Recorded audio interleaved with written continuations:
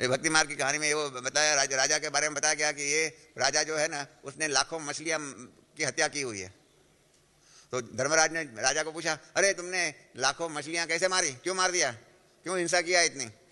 तो राजा ने कहा कि मैं भगवान, मैं ये गलत बात है, मैं तो प्योर वेजिटेरियन था, मैंने कभी किसी मछली को हाथ भी नहीं लगाया है। ये आपका चित्रगुप्त है ना, उसका हिसाब किताब हमारे दुनिया में, हमारे यहाँ पर भी हमारे व्यापारियों के हिसाब ऐसा ही होता है, ऐसा ही आपका चित्रगुप्त का भी है। आपको हिसाब गलत दिखा रहा है चित्रगुप्त। तो धर्मराज ने चित्रगुप्त को बताया कि भाई बताओ, ये कहानी है, कहानी का अर्थ बहुत सुंदर है।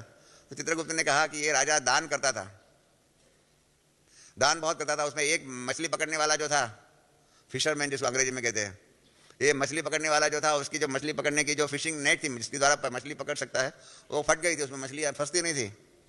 तो उसको नई खरीदनी थी। नई खरीदने के लिए उसने सोचा कि अभी मैं फालतू में अपना पैसा क्यों बिगाड़ूं, और राजा दान तो देता है। तो उसके पास दान में गया और पैसा लिया, दान में पैसा लिया, और उस पैसे से मछली पकड़ने की जो फिशिंग नेट थी वो ले लिया और मछलियाँ पकड़ना शुरू कर दिया।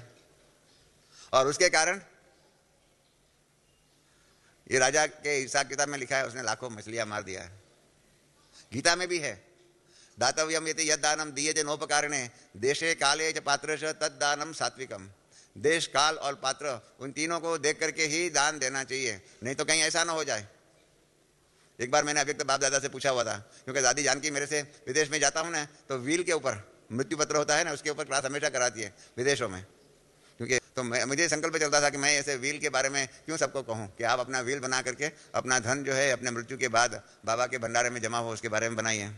मुझे संकल्प चलता था कि ये क्या है, मैं ऐसा क्यों कहूँ, क्यों मुझे करना चाहिए, क्यों उसको मांगना चाहिए, ये भी एक प्रकार का मांगना है। तो मैंने अव्यक्त बाप दादा को कहा कि बाबा ये मुझे व्हील के ऊपर प्रवचन करने को कहा जाता है, मैं पसंद नहीं करता हूँ। ये दादी को कहो ना मेरे से व्हील के बारे में, क्योंकि सामने वालों को लगता है कि क्या मैं मरने वाला हूँ, क्योंकि व्हील माना ही मृत्यु के बाद मृत्यु पत्र है, मरने वाला हूँ, धक्का लगता है, उसको पसंद नहीं आता है। बाबा ने कहा नहीं, तुम्हारे से बच्ची बहुत अच्छा सेवा करा रही है। क्यों? क्योंकि बाबा ने बहुत सुंदर बात बताई जिसके बारे में आप हम सब अनजान हैं। बाबा ने कहा कि अगर किसी ने शरीर छोड़ दिया, पैसा उसके पास था, उसका धन सफल नहीं हुआ, उसका धन लौकिक में गया, और वो बच्चे ने बहुत अच्छी सेवा किया हो, इतनी अच्छी सेवा किया है कि एडवांस पार्टी में भी नहीं जा करके ऊपर सूक्ष्म वतन में ब्रह्मा बाप का राइट हैंड बन गया, इतने तक अच्छी सेवा किया हुआ होगा। परंतु अगर उसी के धन से उनके लौकिक रिश्तेदार जिनको उसका धन मिला, वो जिसको धन मिला उन्होंने फिर उसी धन का पाप कर्मों के लिए उपयोग किया हुआ होगा, तो उस पाप कर्मों का बोझ उस बच्चे को जिसका धन के कारण उस पाप कर्म हुए हैं उसको लगेगा। और इतना संपूर्ण बन गया है, ब्रह्मा बाप के राइट हैंड बन गया है, वो वहाँ से भी नीचू आकर के एडवांस पार्टी में अपना कर्मों का हिसाब किताब चुक्त करने के लिए आना पड़ेगा। मैंने कहा ऐसा कैसे बाबा, ऐसा कैसे होगा? बाबा ने कहा कि अगर उसके रिश्तेदारों को धन मिला ही नहीं होता तो वो पाप कर्म करते। आज समझो मुझे मेरे एक रिश्तेदार के द्वारा 1 लाख रुपये धन में मिला हुआ है, मैंने वो उस धन को जुआ खेलने में लगा दिया, पाप कर्म मैंने किया। परंतु वो 1 लाख रुपया वो रिश्तेदार से मिला तो मैंने वो जुआ खेला ना। मुझे वो धन 1 लाख रुपया मिला ही नहीं होता तो मैं जुआ खेलने वाला नहीं था और मेरा पाप कर्म बनता नहीं। वो 1 लाख रुपया मिला तो मैंने जुआ खेला तो मैंने पाप कर्म किया। तो ये 1 लाख रुपये जो मिला उसको लॉ में हम कहते हैं एबेटमेंट, माना मुझे पाप कर्म करने में सहायभूत वो 1 लाख रुपया बना। और इसलिए इंडियन पिनल कोड के अंदर भी एबेटमेंट की सजा है 50%। माना 2 आदमी लड़ रहे हैं, 2 आदमी लड़ रहे हैं, गुस्से में है, मैं इसी टाइम पर एक के हाथ में जाकर के चाकू छरी दे देता हूँ और वो छुरी जो है वो सामने वालों को मारता है, वो सामने वाला मर जाता है। तो जिसने छुरी लगाई उसको तो सजा होगी, परंतु मैंने भी छुरी दिया उसके हाथ में और उसके कारण उसने वो छुरी लगाई इसलिए वो मर गया। इसके लिए मैंने छुरी उस टाइम पर उसको दिया, उसके कारण उसका जो गुनाह जो हुआ, उसकी मृत्यु हुई, उसकी हत्या हुई, उसका मुझे आधा जिम्मेदार गिनती करेंगे। अगर उसको लाइफ इम्प्रिजनमेंट देंगे कोर्ट तो मुझे 10 साल की सजा मिलेंगे। एबेटमेंट की सजा 50% है, ऐसा लौकिक दुनिया में भी कहते हैं।